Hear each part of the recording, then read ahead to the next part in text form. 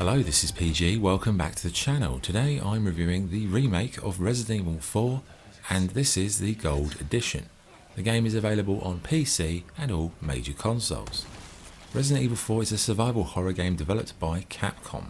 You play as Leon, a special agent sent to Spain in order to locate and rescue Ashley, the President's daughter.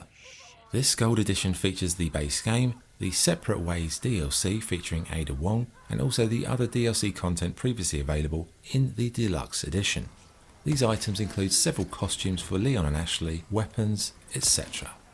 Okay, gameplay. Well, it's a survival horror game, which means limited ammunition, lots of enemies, and more close shaves than a Saturday morning in Sweeney Todd's barbershop. Leon spends most of his time rummaging around for items, ammunition and keys, all while fighting off the cultist villagers who have been infected by an unknown virus. Combat sequences are terrific, they're tense, and pretty challenging as well. You'll be fighting off large mobs, holding waves off in a barn, taking on epic boss fights and managing your weapons and ammo to survive to the next checkpoint.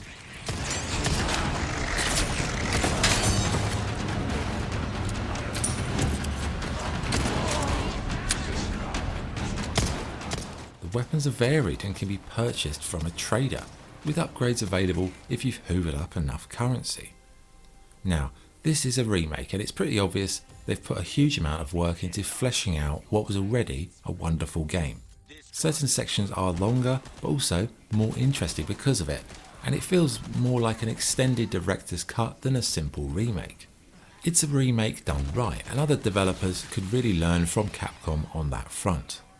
As well as the main story, which is pretty long for a Resident Evil game, you've got other things to keep you busy, from Blue Note quests that's set up by the trader, these unlock new items, collectibles to find, secrets to unravel, and it's a really in-depth adventure.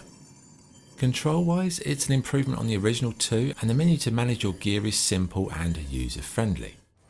Aside from the story, there is Mercenaries mode. This is basically an arcade type shooter with points, time limits, challenges, and various maps. It may not be as good as the versions say in Revelations 2, but it's a nice practice space if you just want to improve your villager killing technique.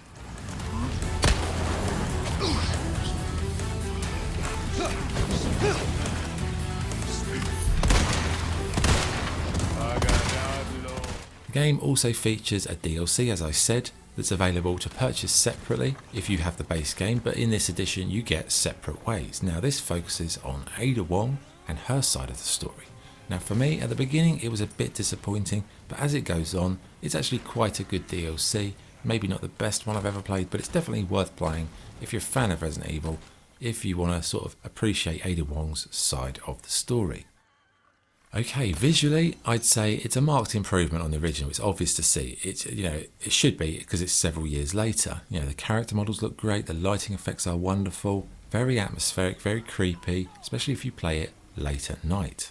There is also a photo mode, but frankly, it is not a great example when compared to other modes. You can take photos, of course, but it's very limited. If you want to see a guide to that photo mode, I'll put a link in the description. Sound-wise, fantastic. The voice acting is actually pretty good on the whole, and also the relationship between the characters has some really nice moments too. Your father trusts me, and I need you to trust me too, and do exactly as I say. I'm gonna get you home safe. Okay.